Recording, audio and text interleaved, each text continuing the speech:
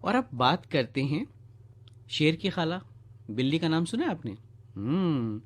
سب بچوں کی بانچیں کھل گئیں کہ بلی کو کون نہیں جانتا، میاؤ میاؤ، کچھ اس انداز میں وہ بات کرتی ہے۔ آج اسی سے متعلق ایک بڑی دلچسپ معلومات ہم آپ کے لیے لے کر آئے ہیں۔ اب یہ بات تو ہم نے آپ کو بتائی دی کہ بلی کو شیر کی خالہ کہا جاتا ہے، لیکن ایک وقت ایسا بھی تھا ننھے بچوں جب خود شیر کی جسامت بلی جتنی ہوا کرتی تھی۔ حالانکہ بات تھوڑی سی پرانی ہے، لیکن سچائی ہے اس بات میں۔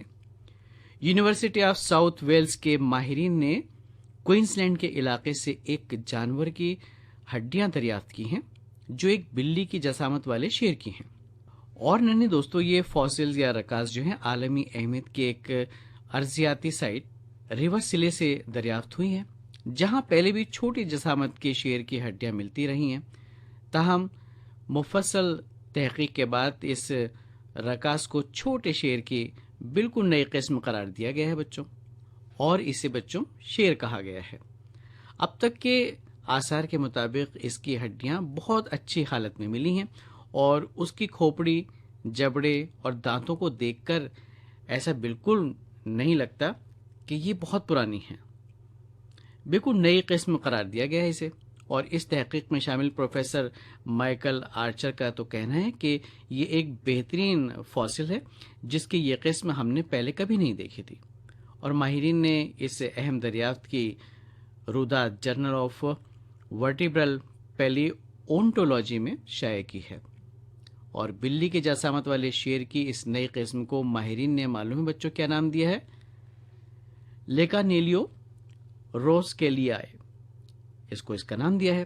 اور خیال ہے کہ بلی کے برابر شیر نے ہزاروں لاکھوں سال حکومت کی، اور اب سے 35,000 سال قبل ان کی پوری نسل ناپید ہو گئی تھی، اور اب صرف ان کے آثار ہی دستیاب ہیں۔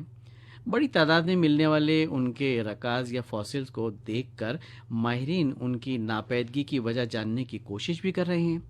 بعض افراد کا خیال ہے غذا کی کمی سے یہ حالات پیدا ہوئی کہ وہ ہلاک ہو گئے اور صفحہ ہستی سے مٹ گئے، جبکہ کچھ ماہرین موسمیاتی تبدیلیوں کو اس کی وجہ قرار دیتے ہیں۔